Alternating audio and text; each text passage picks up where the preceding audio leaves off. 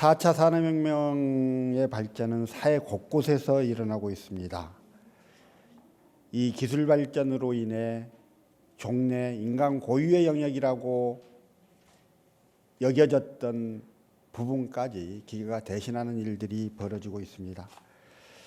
에듀테크의 본격적인 등장으로 첨단 기술을 활용한 시도들이 현장에서 활발하게 이루어지고 있습니다. 이런 상황에서 에듀테크의 공공성과 공교육의 역할을 강화하기 위해서 오늘 토론회를 마련했습니다. 향후 에듀테크 정책을 수립하는 데 도움이 되는 좋은 의견들이 많이 나올 것으로 기대합니다. 교육의 양극화를 풀어내고 학력 격차를 해소하기 위한 방안으로 에듀테크가 제 역할을 하도록 국회도 최선을 다해 법적 제도적으로 뒷받침하겠습니다. 토론회에 참석하신 모든 분들께 다시 한번 환영의 인사를 드립니다. 고맙습니다. 에듀테크라는 용어 자체를 보시면은 에듀테크의 제일 처음은 1800년대 미국에서 발명이 된 칠판이라는 생각이 듭니다. 칠판이 등장을 하면서 그것도 굉장한 테크놀로지거든요. 엄청나게 많은 학생들을 단기간에 확 교육을 시킬 수 있는 그 기술이었거든요. 그 이후에 뭐 빔 프로젝트, 전자칠판 이런 게 다 에듀테크고 이것들을 새로운 기술이 나타날 때마다 어떻게 교육에 적용시킬까 그게 에듀테크 분야죠. 일러닝, 율러닝 다 그렇습니다. 그런데 최근에 우리가 에듀테크를 얘기를 할 때는 디지털 테크놀로지를 얘기하고 특히 인공지능을 얘기를 합니다. 근데 인공지능은 무슨 특징을 가지고 있냐면은 계산기처럼 정확하지 않은 결과가 나온다는 그 특징이 있고요. 또 하나는 대규모로 처리를 한다는 특징이 있습니다. 그러니까 영향력이 무진장 큽니다. 우리가 여태까지 사용하던 거와는 차원이 다른 정도로 엄청난 임팩트를 줄 수가 있습니다. 좋은 면이든 나쁜 면이든. 그래서 이 용어를 다시 보면은 저는 뭐하고 비교를 해보냐면은 핀테크나 에듀테크하고 비교를 많이 해봅니다. 핀테크를 보면은 우리가 은행 업무 오프라인에서 보던 거를 온라인 뱅킹으로 옮겼었잖아요. 근데 은행 업무와 온라인 뱅킹은 정확하게 똑같습니다. 본질은 그대로입니다.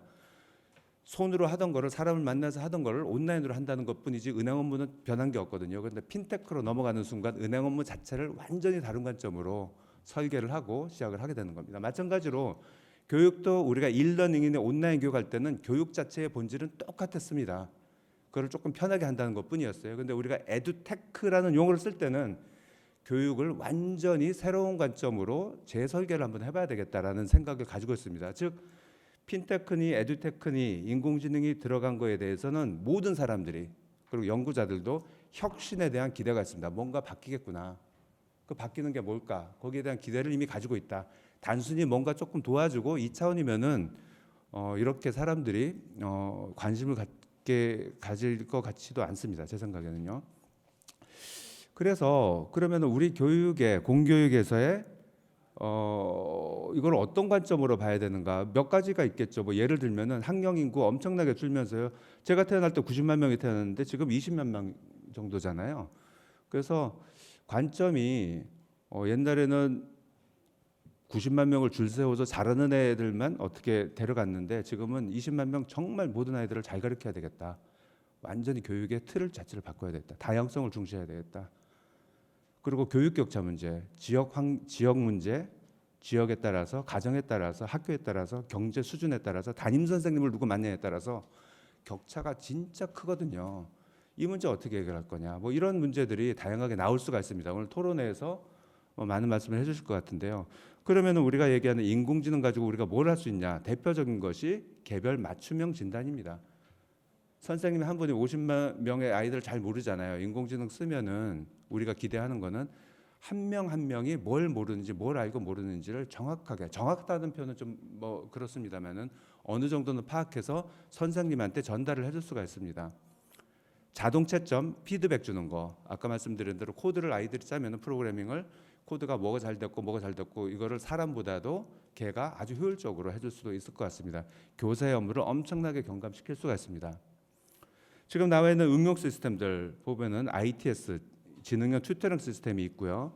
학생 지원을 하는 챗봇도 있고 제가 이거 미국 사이트에서 실제로 한번 들어가서 봤는데 사이버 폭력을 사전 탐지해서 그거를 방지하는 것들을 한 5개 회사가 벌써 학교에 들어가서 사용이 되고 있더라고요. 아이들이 학교에서 뭐 채팅을 하고 뭐 하는 것들이 있잖아요.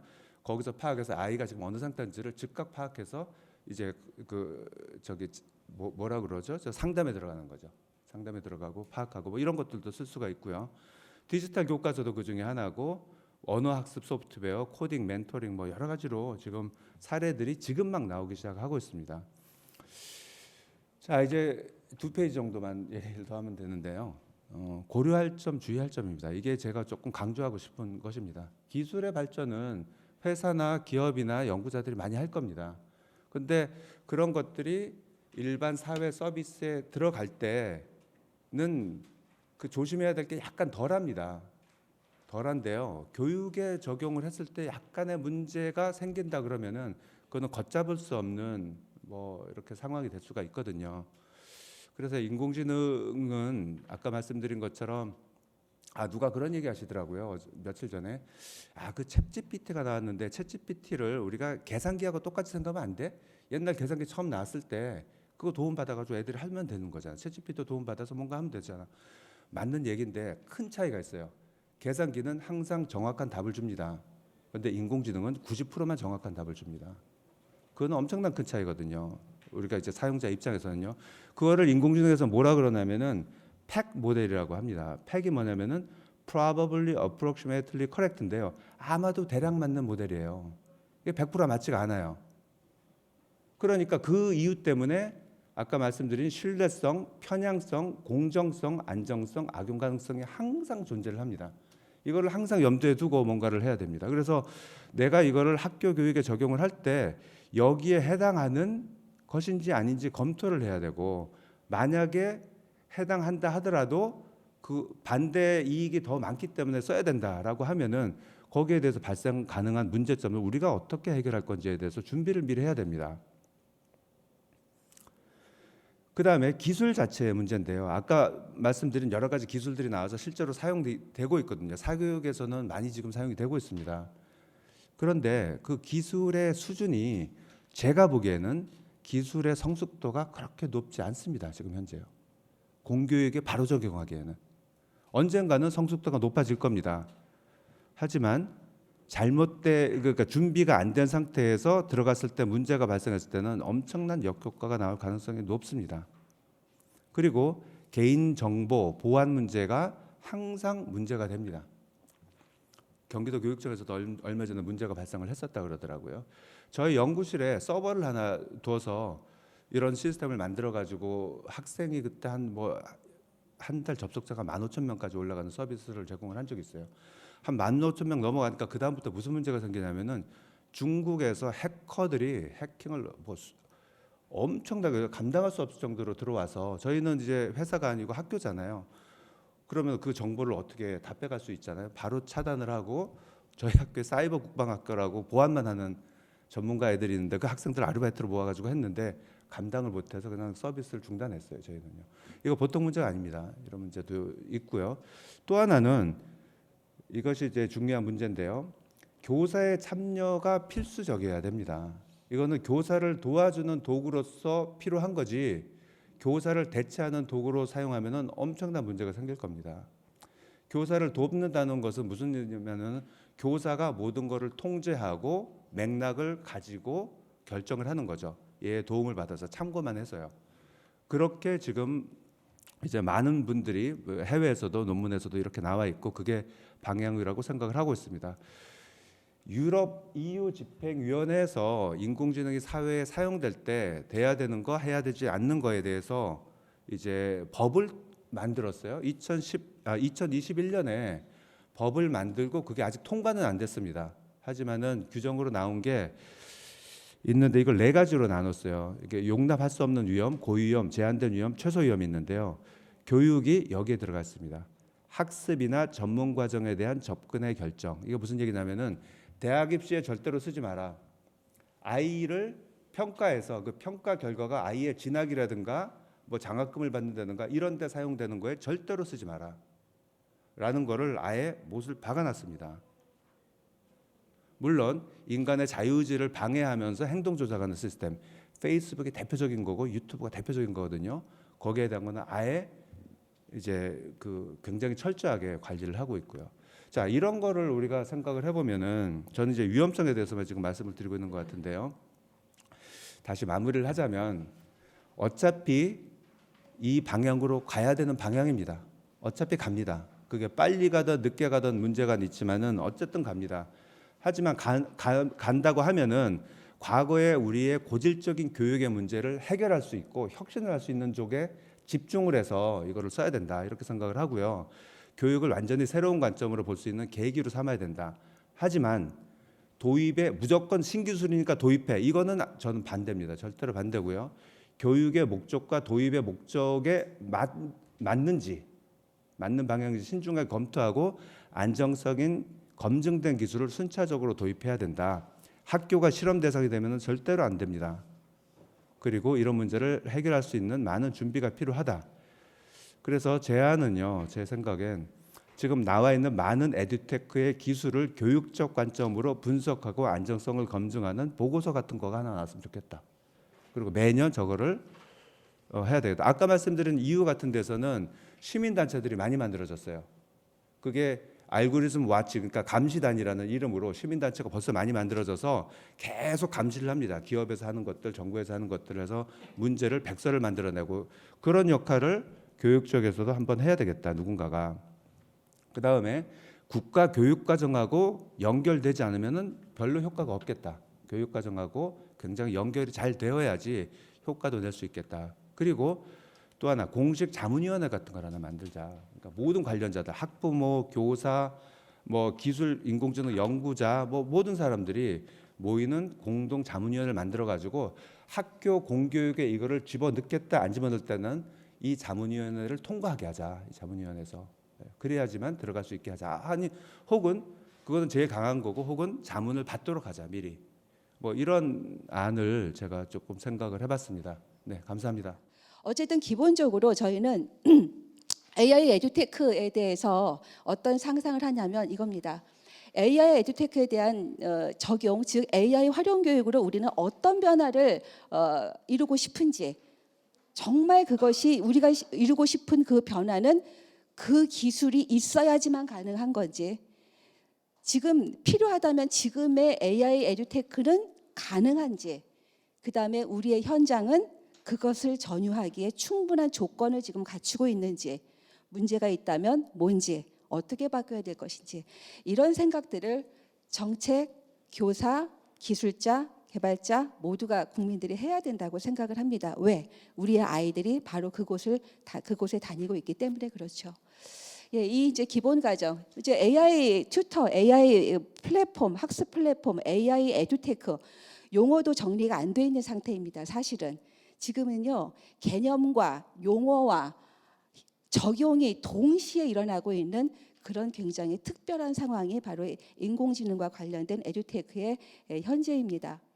그래서 사용하는 사람마다 언어가 좀 다 다르죠. 어쨌든 AI 튜터링에 대해서 가지고 있는 기본 과정은 기초학년 미달자가 없도록 누구에게나 맞춤형 학습에 이걸 활용하면 좋을 것이다. 그다음에 단계별 학습을 도입해서 5개념을 바로잡을 수 있을 것이다. 그래서 개인에 대한 철저한 분석으로 최적의 학습 경로를 결정해서 지원해주면 학습력이 올라갈 수 있을 것이다라고 하는 이 기본 가정이 AI 튜터의 어떤 기본 가정입니다. 예. 어쨌든 여기에 대해서 다 말씀드릴 수는 없기 때문에 제가 재작년에 봤던 21년도에 봤던 두 개의 학교에서 8개월 동안 함께하면서 초등학교, 고등학교 두 곳에서 함께하면서 나왔던 현상들은 바로 이런 것들이죠. 아이들은 좋아할 것 같았는데 별로 좋아하지 않더라. 좋아하지 않는 게 아니라 일단 저희만큼 관심이 없습니다. 지금 인공지능에 대해서 이렇게 관심 있는 사람들은 저희 어른들이에요. 아이들은 이미 이것에 대해서 너무 익숙하기 때문에 별로 이 도구에 대해서 그렇게 신기해하지 않습니다. 초등학생 일부 정도만 한 2주 정도쯤에 반짝 호기심을 갖고 있는 모습들이 있었습니다. 그런가 하면 아이들은 내가 이거 평소에 풀고 있는 학원에서 나누어주는 문제하고 똑같은 사이트하고 똑같은데 이게 뭐가 다르다는 건지, 이걸 왜 인공지능 튜터, AI 튜터라고 왜 부르냐고, 박사님 그건 튜터가 아니에요 라고 저에게 오히려 가르쳐 줬어요. 튜터라고 부르시면 안 돼요. 튜터 아니에요. 문제지예요 라고 말을 해줬습니다. 그래서 차이를 모르겠다라고 하는 것이 아이들의 반응이고, 그 다음은 바로 이제 문제의 수준입니다. 지금 이제 저희가 사실은 이제 그 규칙 기반 AI가 가장 이제 그 기본적인 이제 그 어떤 그 기술적인 단계라면 그 다음에 이제 머신러닝이 있고 그 다음에 딥러닝이 있고 지금 저희가 얘기하는 어떤 그 챗 GTP 같은 경우는 딥러닝의 어떤 더 기술적인 수준이 굉장히 하이테크놀로지의 어떤 관점 그 개념으로서 지금 나온 거죠. 그런 기술이 이제 활용된 겁니다.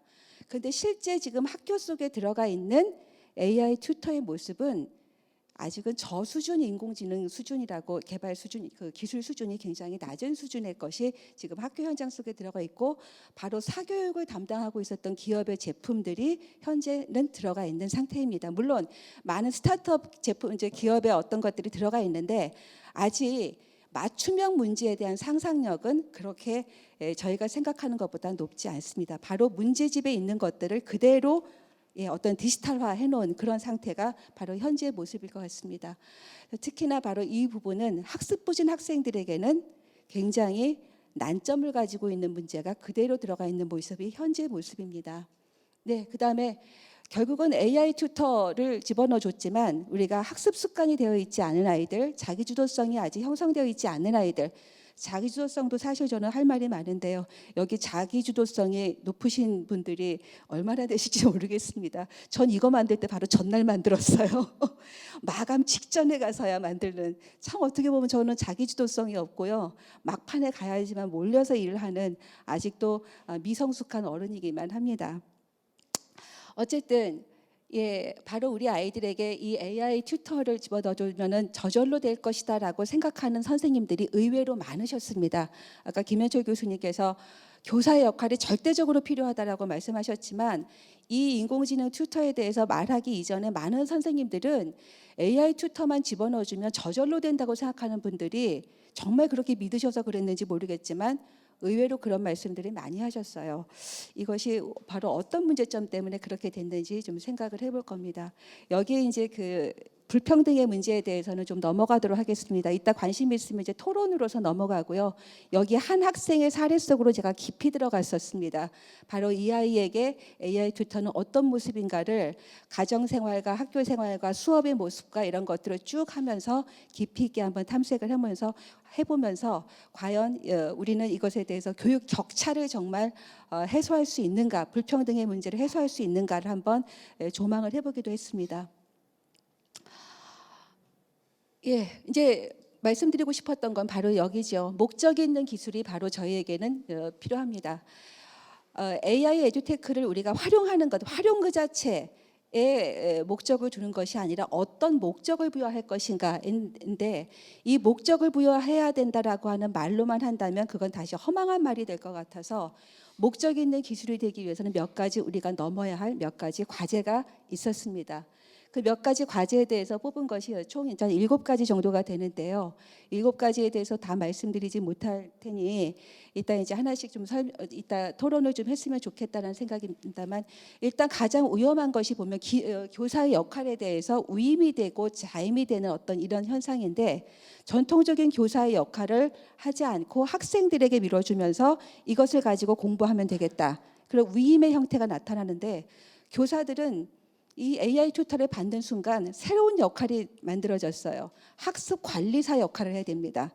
바로 이제 그래서 학습 관리사 역할이라고 하는 것에 대해서 선생님들은 매우 당황스러워했고 그 부분에 대해서 어떤 것 이걸 과연 하는 것이 맞는 거지 AI가 해야 될 것을 교사가 하는 건지 정말로 교사가 해야 되는 일인지 이런 거에 대한 혼란이 바로 현장에는 있습니다. 그다음에 지금 선생님들은 이 AI 활용 교육을 하는 데 있어서 철저하게 정보의 불균형 속에 있습니다. 즉 어떤 AI 에듀테크가 어떤 기술을 가지고 있고 어떻게 활용될 수 있는지에 대한 정보가 하나도 없이 일단 활용을 해야 되고 사용을 해야 되는 그런 현실 속에 놓여 있는 거죠. 어떤 것도 없습니다. 오로지 기업에서 받은 매뉴얼만 있을 뿐입니다. 매뉴얼을 가지고 교사는 어떤 것도 활용의 상상을 할 수가 없습니다. 그다음에 이제 개인 맞춤형 문제의 현실에 대해서도 얘기했는데 아까 진단 기능의 중요성을 얘기하셨는데 현재 이번에 제가 10개의 플랫폼을 분석했습니다. 10개의 학습 플랫폼을 일단 분석을 시도했는데 진단 기능이 있는 것이 별로 없습니다. 진단 기능이 아직 현재로서는 다른 수준, 다른 분야에서의 AI 그 어떤 기술 수준은 높을지 모르겠는데 유독히 이 교육 부분에 있어서의 저희의 상상력은 매우 제한적이라는 것이 매우 제한적이라는 것을 알 수 있었습니다. 네, 아이들 이제 얘기이기도 하고 일부러 다 틀려봤어요. 그런데 어려운 문제가 계속 나오는 거예요. 그래서 아이들이 AI를 가지고 이제 도전을 해보면서 시험해봐요. 그러면서 하지 마 하고 이제 다 덮기도 하고 선생님과 다 함께 하지 말자 뭐 이제 이런 결정을 내리기도 하고요. 뭐 이제 이런 게 있습니다. 그런데 얘는 자기가 정답으로 정한 표현이 나올 때까지 계속 반복만 시켜요. 너무 재미없어 못 하겠어요. 뭐 이제 이런 얘기도 있었고요. 그다음에 이제 학습 분석 리포트입니다. 이거 데이터죠. AI 활용 교육에서 가장 중요한 핵심적인 것은 학생들의 학습 상태에 대한 데이터를 읽어내서 그걸 가지고 교사가 학생들의 학습력을 분석해서 자신의 수업 활동에 그것을 반영해서 이 아이에게 좀 더 바람직한 학습이 일어날 수 있는 그 최적의 학습 경로를 만들어주는 것, 이게 바로 이제 그 AI 활용 교육을 해야 되는, 튜터링을 해야 되는 이제 이유일 텐데, 여기에서 나오는 리포트를 보면 이 리포트가 과연 선생님들의 판단에 도움이 될 수 있는 문구인가, 한번 이런 것들을 볼 필요가 있습니다. 아직 저희는 분석의 수준이 조금 낮습니다. 물론 기술이 발전되면서 하루가 빠르게 업데이트가 되고 있는 건 사실입니다. 업데이트가 되고 있고 기업의 제품마다 조금씩 다르고 있지만 여전히 어떤 이런 부분에 있어서는 그 추상성이라고 하는 것을 우리는 아직은 많이 부족한 상태입니다. 그래서 교사들은 읽히지가 않는다. 도대체 무슨 소리인지 모르겠다. 근데 기업은 그렇게 얘기합니다. 왜냐하면 데이터가 작아서 그렇다. 데이터가 더 많아지면 더 정교해질 것이다. 어떤 데이터를 어떻게 내놓아야 될지에 대해서 교육청은 고민이 깊습니다. 그다음에 이제 그 상호 운용성에 대한 얘기는 아까 좀 말씀을 드렸고요. 그다음에 이제 학습에 대한 이야기만 하고 마무리를 하도록 하겠습니다. 시간이 다 된 것 같아서요. 저희가 하려고 하는 것이 아이들의 학습을 도와준다라고 하는 것이고, 교사가 할 수 있는 불필요한 일들을 좀 더 쉽게 할 수 있어서 그 교사가 아이의 학습에 좀 더 많은 투입을 할 수 있게 해준다라고 하는 그런 가정을 갖고 AI 활용 교육을 하고 있습니다. 그런데 교사에게 불필요한 일이라는 게 과연 뭘까에 대해서 저희는 고민이라는 거 하는 것을 해봐야 합니다. 많은 분들이 문제 내는 것이 귀찮다, 내지는 시험 문제 채점하는 것, 평가하는 것이 어렵고 귀찮은 일이기 때문에 AI가 해준다면 굉장히 빠르고 그 시간에 선생님은 아이를 더 다르게 지원해 줄 수 있을 것이다 라고 했는데, 웨이놈즈라고 하는 인공지능학자는 이런 말씀을 하셨어요. 어쩌면 우리가 그 귀찮다라고 하는 그 일들이 교육적으로 더 가치 있는 일일 수도 있다. 어느 슬라이드인가 제가 이제 이 말을 써놓은 것 같은데, 도대체 학습이라고 하는 것이 무엇인지에 대해서 다시 한번 우리가 생각해 볼 필요가 있다라고 이야기를 합니다. 네, 여기죠. 교사의 교수행위에 대해서 이제 좀 우리가 그걸 알아야 되고, 교사가 그 귀찮은 일이지만 그 일을 해냄으로써만이 얻을 수 있는 소중한 기회라고 하는 것도 우리는 생각을 해보자. 저는 저는 대학이긴 하지만 저도 현장에서 학생들을 가르쳤던 시절이 한 26년의 시간이 있었습니다.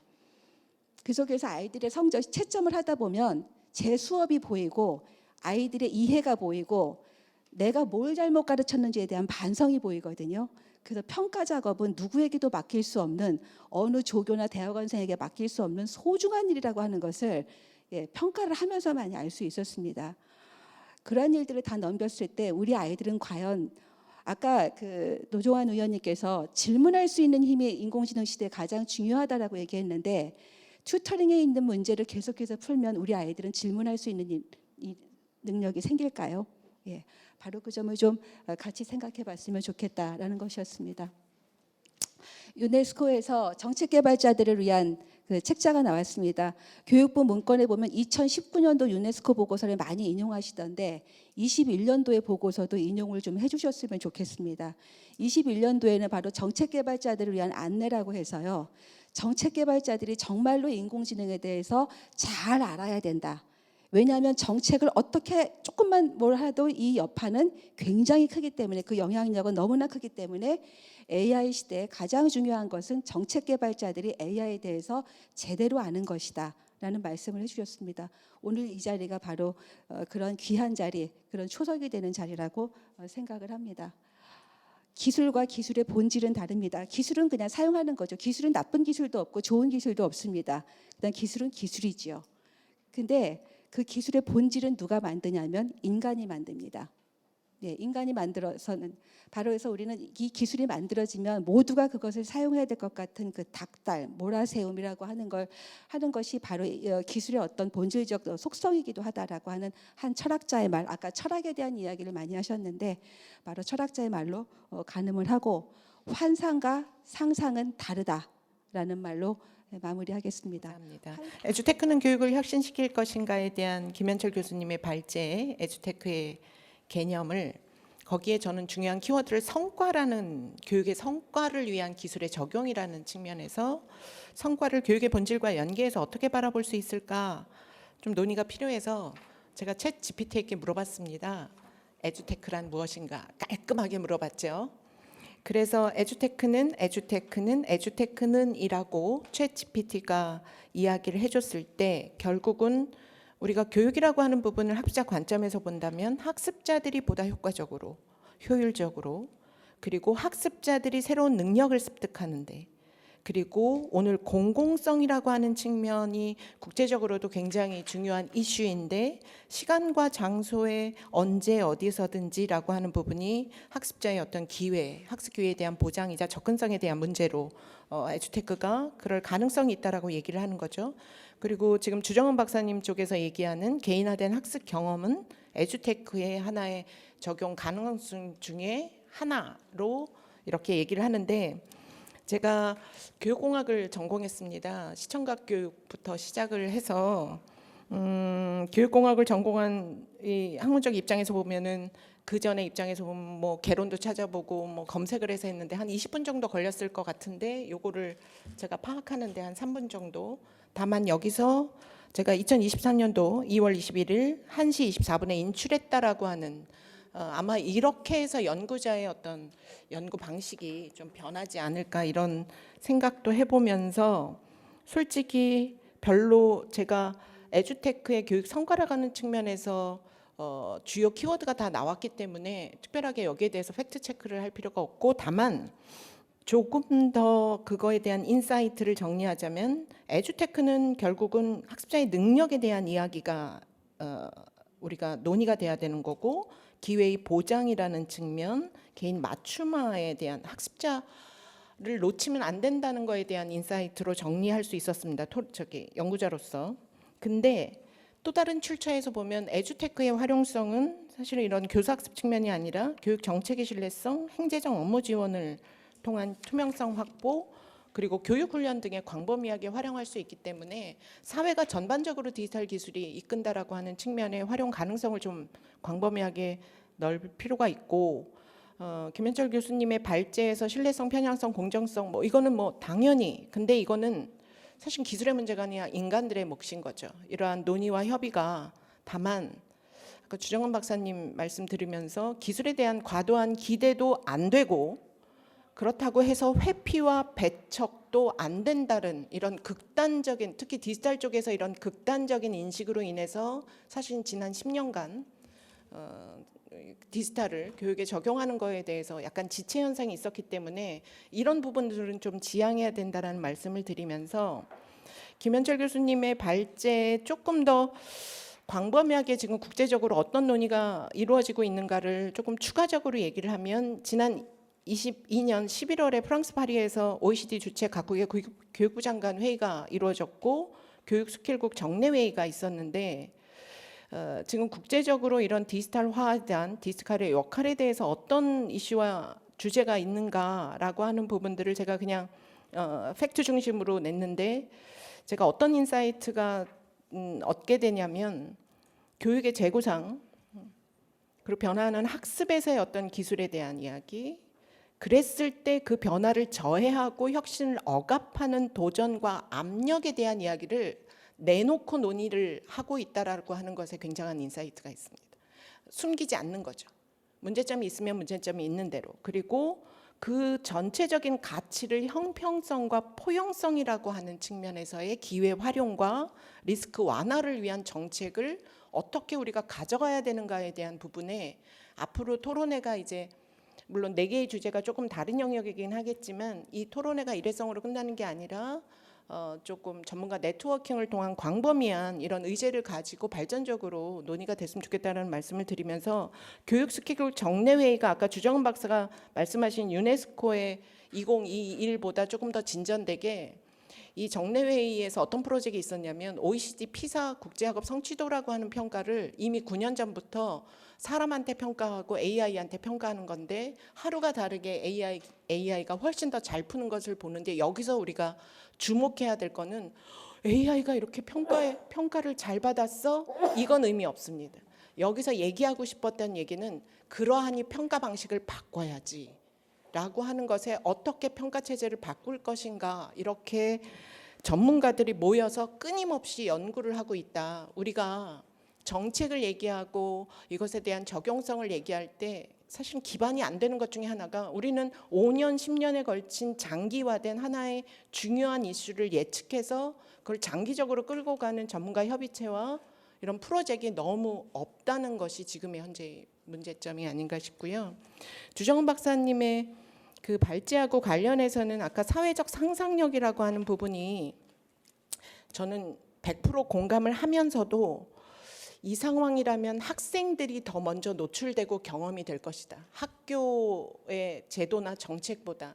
그랬을 때 그들이 제대로 할 수 있는 것을 혹시 좀 놓치는 건 아닌가 이런 생각을 좀 해보기도 하고 그리고 이 연구가 가장 어려운 시기에 되신 거예요. 사실은 에듀테크 기업들이 원래 만들어진 목적이 자가학습용이거든요. 그러니까 공교육에서의 수업에 적용되는 것을 처음부터 고려하지 않은 상태에서 혼자 공부하는 데 도움을 주려고 하는 에듀테크 서비스를 지금 학교에 적용하니까 나타나는 문제들도 있어서 앞으로 이런 정책들이 있을 때 계속 좋은 서비스를 만드는 산업에 메시지를 계속 준다고 한다면 산업적 측면에서도 많은 준비가 있지 않을까. 그래서 지금은 서로가 협의하면서 준비를 할 시기다라고 하는 측면에 난제는 있지만 협의와 합의와 숙고를 통해서 좀 나아갈 수 있는 방향을 긍정적으로 발전적으로 논의할 필요가 있다라고 하면서 사실은 코로나 때문에 우리도 이런 방향을 잡고 있고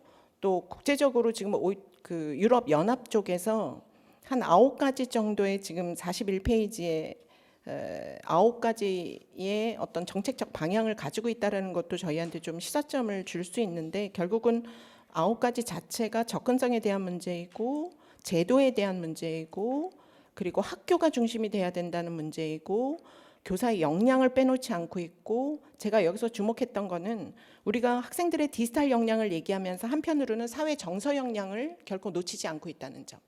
우리가 인지적인 측면도 중요하지만 사회 정서, 감성, 사실은 신체적 지능까지를 모두 다 하나의 역량으로 봐야 된다라고 한다면 이 정책의 어떤 키워드의 사회 정서 역량, 특히 웰빙에 대한 이야기, 학부모를 놓치지 않는다. 이런 부분들이 저희가 앞으로 정책을 바라볼 때 어떤 제안을 할 때도 주요 키워드로 나가야 된다는 말씀을 드리면서 마지막으로 2가지 정도만 말씀드리고 끝내려고 합니다.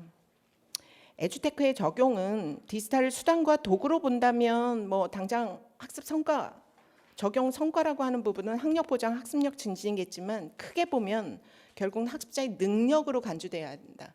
그래서 모든 정책들이 과제들이 향후에 뭐 2년, 3년간 시행됐을 때 국가적으로 가져야 되는 최종의 정책 지표가 뭐냐라고 하면 우리 아이들의 디지털 역량이 높아졌는가, 높아지지 않는가를 우리는 봐야 된다. 라고 하는 측면에 얼마 전에 중국 교육부가 지난 한 3년간 4년간 디지털 정책에 대한 부분을 발표했는데 거기서 중국 정책으로 인해서 교사와 학생의 디지털 역량이 높아졌다라고 하는 단 한마디를 합니다. 그것을 위해서 어떤 일을 했다라고 하는 것을 포함해서 그래서 학습자의 능력 역량 관점으로 좀 확대되어야 된다. 우리가 인식을 그렇게 봐야 된다라는 말씀을 드리고 두 번째는 이러한 대전환 시기, 이런 가치조차도 혼란이 되는 이런 시기일수록 이런 가치가 충돌될 수 있는 문제를 공유하고 공개하고 오픈하고 폭넓게 논의해야 됩니다. 그런 측면에서 작년에 이제 국가교육회에서 디지털 전환과 학교교육이라는 교육 이슈 레포트에서 디지털 적용이 전통적인 페다고지와의 어떤 균형적 접목에 대한 고민, 그 안에서 한편으로는 디지털이 형평성을 제고할 수 있지만 한편으로는 다중의 교육 격차를 오히려 또 심화할 수 있다라는 이런 가치 충돌에 대한 문제, 그리고 학교와 교사의 역할에 대한 도전과 한계라고 하는 측면에 선생님들이 이러한 사회 변화에 대해서 끊임없이 인식하시고 변화해야 된다라고 생각 안 하는 선생님은 저는 한 분도 안 계실 거라고 생각해요. 근데 여전히 제도적인 문제, 서열 중심의 평가, 학사 운영의 경직성, 표준화된 교육과정 속에서 하시다가 지치시는 거죠. 그리고 하시다가 때로는 회피하고 싶어 하시고 도전감이 상실되는 이런 부분들을 저희가 고민 안 하고 지금 뭐 도구로서 혁신으로서 뭐 정책으로서 이렇게 가는 건 아니다. 뭐 개인정보에 대한 문제는 여전하고요. 그리고 교육 주체들의 수용성이라는 측면에 지금 일률적으로 학교당 교실당 네트워크와 디바이스가 보급됐습니다. 근데 지금도 학교 간에 격차가 있어요. 어느 학교는 그렇게 보급되는 것도 모자라다고 하는 학교가 있고 어느 학교는 그렇게 주어지는 것에 대해서 어떻게 활용할지 모르는 준비와 수용성이 안 된 상태에서 그냥 내려받게 되는 이런 학교 간의 활용 격차에 대한 부분을 우리가 좀 고려할 필요가 있지 않은가. 제가 말씀드리고 싶은 건 드러낼 거는 다 드러내되 그것이 하나의 바람직한 이슈와 발전적 그 방안으로 이렇게 논의될 수 있도록 뭔가 전문가가 이럴 때 좀 필요한 거죠. 프레임워크를 가지고 1년이 되든 2년이 되든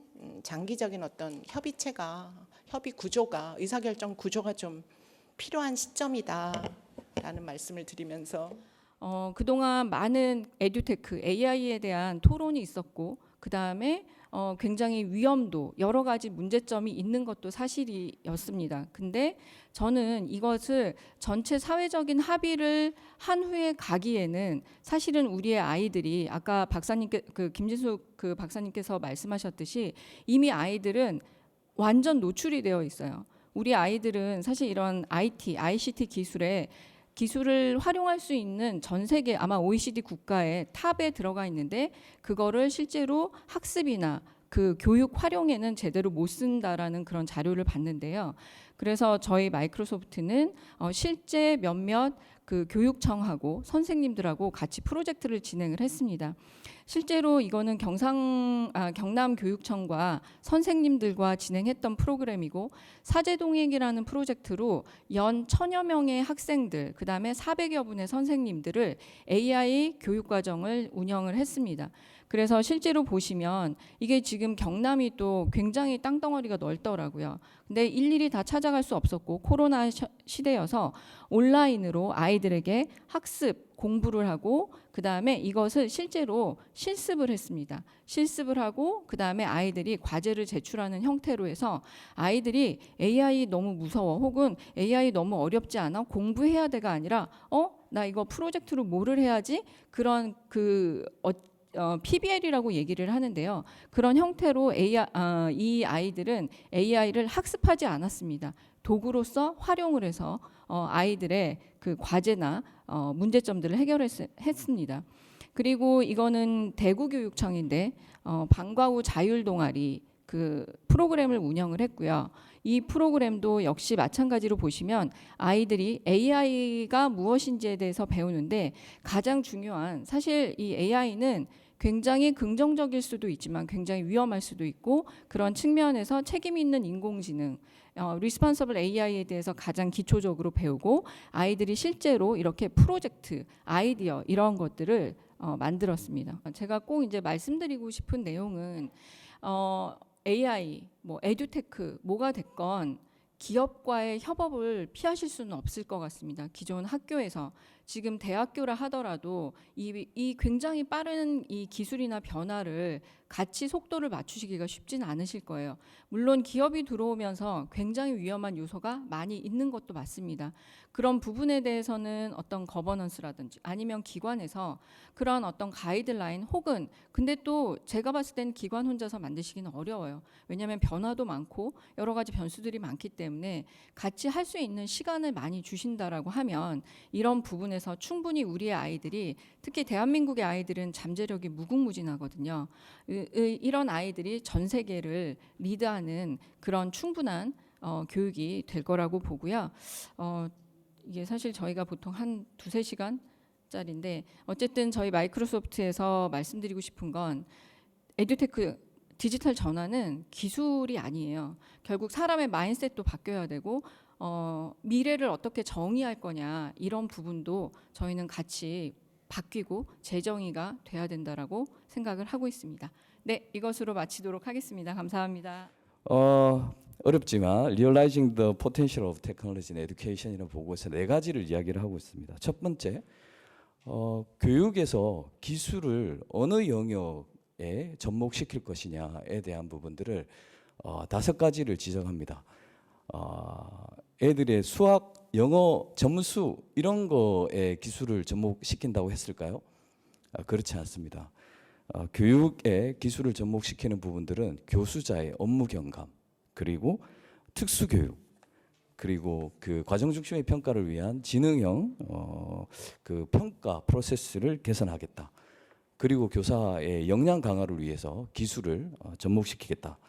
마치 이제 그 아이언맨의 자비스 같은 그런 어떤 거죠.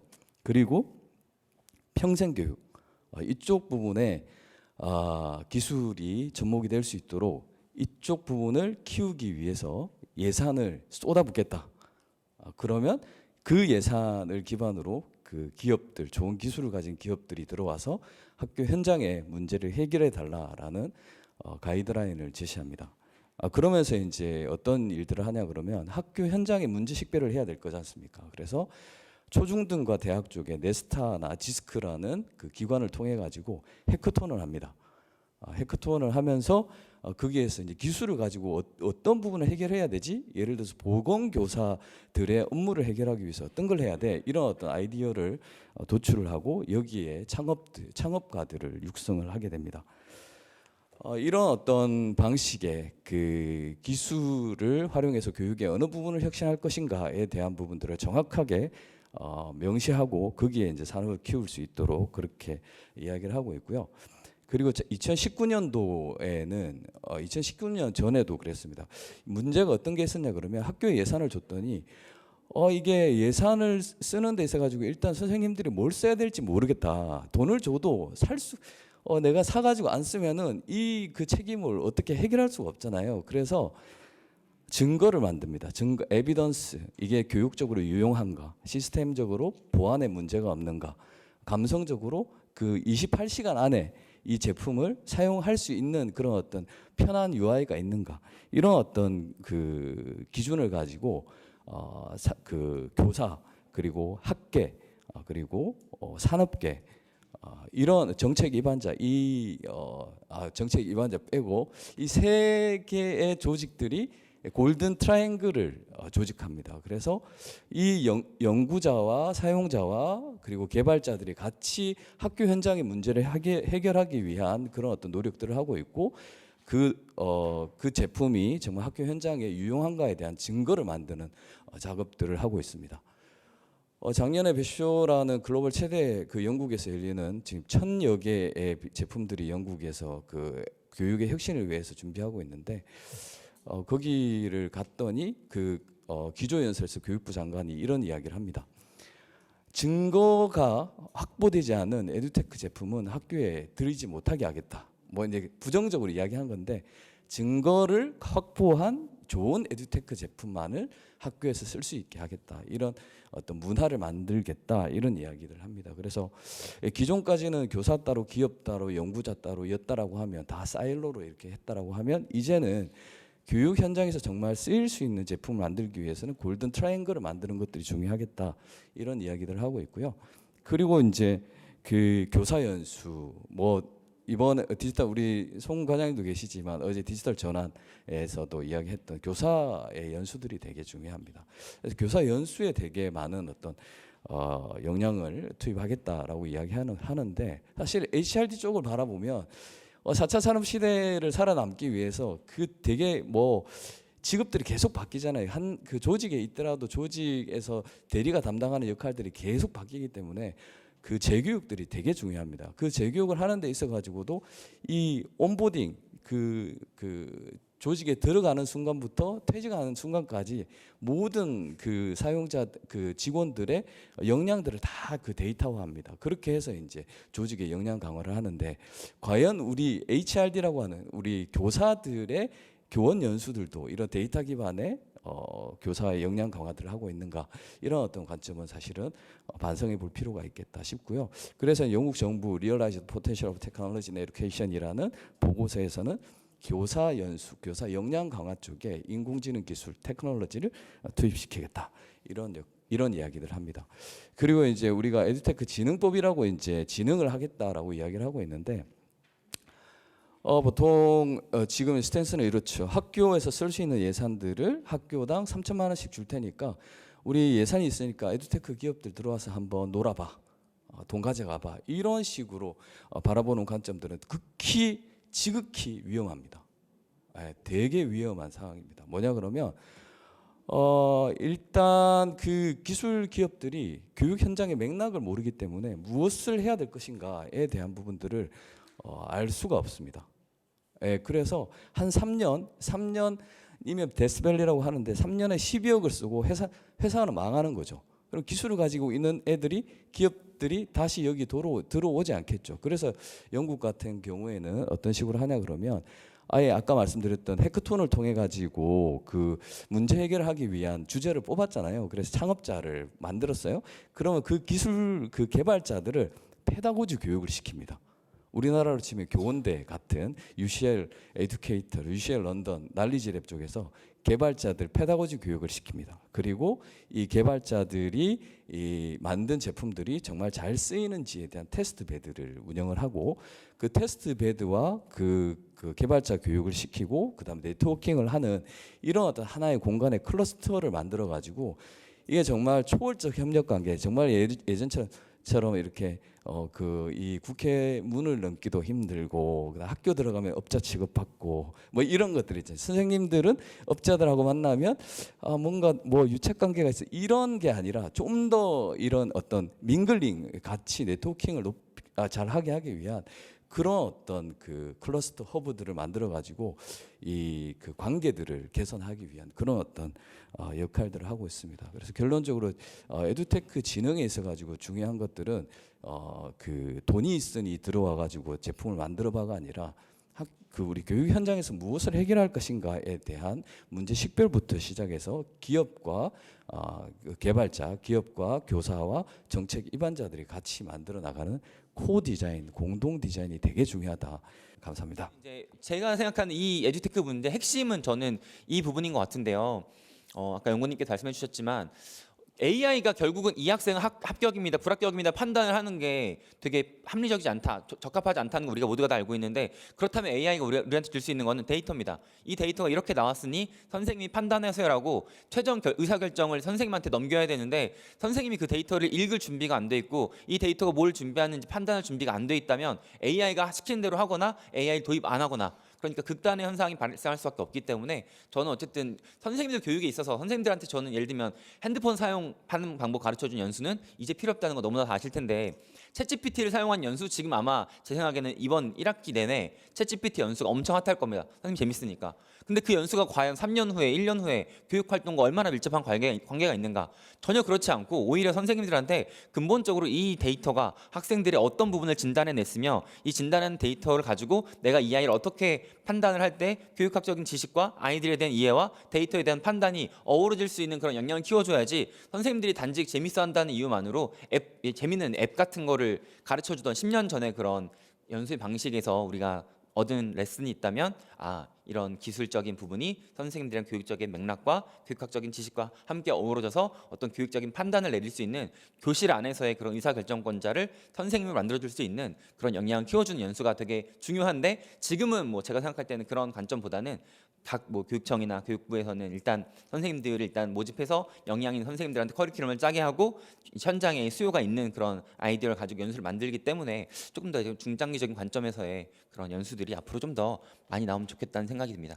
그래서 결론적으로는 뭐 저는 뭐 여기 지금 저는 뭐 교사로서 어떤 정치적 중립을 지켜야 되는 입장이고 여기 더불어민주당에서 주최하는 이제 토론회이기 때문에 뭐 제가 뭐 어떤 입장을 취하는 건 아니고 저는 사실 현재 지금 교육부 장관인 저에게는 뭐 저에게는 뭐 수장일 수 있겠는데 교육부 장관님께서 말씀하신 하이터치 하이테크라는 저 아이디어는 저도 약간 에듀테크에 대해서 엄청 호의적이지만 않은 입장에서 굉장히 좋은 아이디어라고 생각을 하고 아까 이제 제가 저도 시간 좀 잘 지켜야 되는데 저는 앞에서 그 실패 사례의 핵심은 그래서 에듀테크로 이게 뭘 하고 싶은 거냐 우리가 아이들한테 더 빨리 갈 수 있는 고속도로를 만들어주기 위한 거냐 절대 그렇지 않다고 생각을 하고요. 아래 보이시는 저 이제 위에 두 개는 이제 원사이드한 도로고 밑에 건 다양한 경로가 있고 특히 오른쪽 아래에 있는 건 바다기 때문에 경로가 없는 상황에서 현재 상황에서 다음 경로를 어디로 갈지를 시시각각 판단해야 하는 약간 지도는 있지만 어디로 가야 하는지 경로를 스스로 계속 판단해야 하는 아래 두 개가 에듀테크가 가야 할 방향이라고 생각을 하고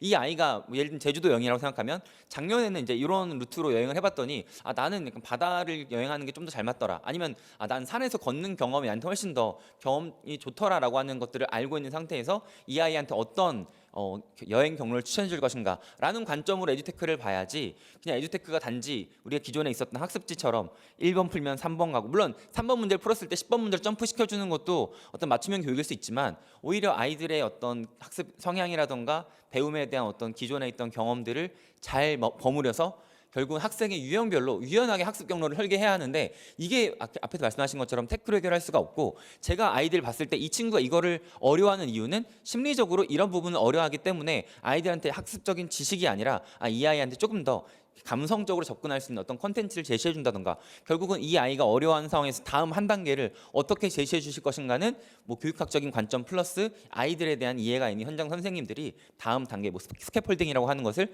어떻게 제공해 줄 수 있는지를 잘 담아야 하고 제가 봤을 때 현재의 기술은 그런 것들을 담은 상태로 나온 것은 없기 때문에 앞으로 에듀테크가 나오는 것들은 앞에서 쭉 말씀하셨던 것처럼 교육학 전문가 선생님들과 함께 아이들에게 다음 단계로 어떤 계단을 설계해 줄 것인지에 대한 충분한 고민이 있는 상태에서 나와야 앞에서 이제 말씀해 주셨던 그런 실패들이 나오지 않을 것이라고 생각을 합니다.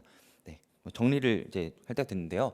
일단 뭐 저는 저 오른쪽에 있는 제가 이제 초임교사 시절에 굉장히 제목만 보고도 제가 큰 감동을 받았던 그런 책인데 나는 선생님으로서 아이들이 1% 아이들 모든 선생님들이 저 아이디에서 약간 비난을 할지 몰라도 내 눈엔 정말 빛나는 어떤 아이가 있을 수 있는데 수많은 선생님들이 있기 때문에 정말 각각의 아이들의 그런 빛나는 부분을 볼 수 있는데 사실 인공지능은 절대 볼 수 없다고 생각합니다. 왜냐하면 인공지능은 가장 높은 확률을 추천해 주는 거기 때문에 근데 현장에 있는 선생님들이 인공지능의 추천과 함께 선생님들이 볼 수 있는 그 직관, 인간의 어떤 그런 감각을 버무려서 인공지능이 아무리 이 아이를 F라고 할지라도 이 선생님 한 번 더 이 아이를 데리고 갈 수 있는 그런 관점을 가져야 하는데 사실 그러기 위해서는 이 선생님이 테크를 알아야 합니다.